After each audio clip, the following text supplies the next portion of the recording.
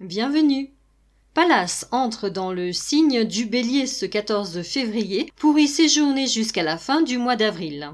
Elle quitte ainsi le signe des Poissons dans lequel elle séjournait depuis mars 2021 avec la conjonction majeure et marquante à Neptune qui s'est produite plusieurs fois durant ce transit.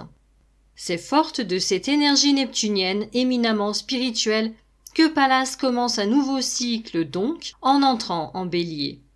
Cet astéroïde, rappelons-le, découvert en 1802, fut baptisé du nom de la déesse grecque de la sagesse, Pallas Athénée. Il s'agit du troisième plus grand élément de la ceinture d'astéroïdes qui se situe entre Mars et Jupiter, dont font également partie Cérès, Vesta et Junon. Outre sa sagesse, Pallas symbolise aussi le courage, l'inspiration, la justice, la force de la stratégie, ainsi que les compétences techniques, artistiques et artisanales. Dans sa pureté, elle est associée à la défense des grandes causes. Pallas est la femme intellectuelle et inspirée qui met en avant ses idées plutôt que sa féminité. Pallas en Bélier est ainsi un moment important puisque l'énergie de l'astéroïde trouvera dans ce signe un regain d'impulsion, de témérité et de puissance d'action. Dans ce contexte, les aspects à Mars seront particulièrement importants à considérer. Elle sera assez vite en quintile à cette planète, aspect de fructueuse créativité.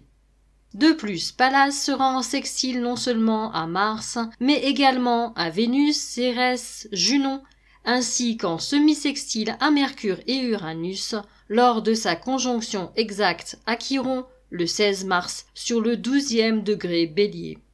Ce degré indique selon Rudyard une confiance idéaliste en un ordre cosmique, universel. Ces nombreux aspects harmonieux font de cette date un moment à retenir, qui d'ailleurs se prépare dès l'entrée dans le signe de Pallas, puisque c'est dès cet instant qu'elle se trouvera en conjonction à Chiron. Ce transit de l'astéroïde ne peut que renforcer l'influence de Chiron sur la conjoncture dans son ensemble, en soulignant le potentiel de guérison et d'enseignement existentiel. Chiron en Bélier, c'est également la pertinence d'utiliser la combativité lorsque cela devient nécessaire, c'est-à-dire lorsqu'une certaine forme de négation de l'humanité est en jeu.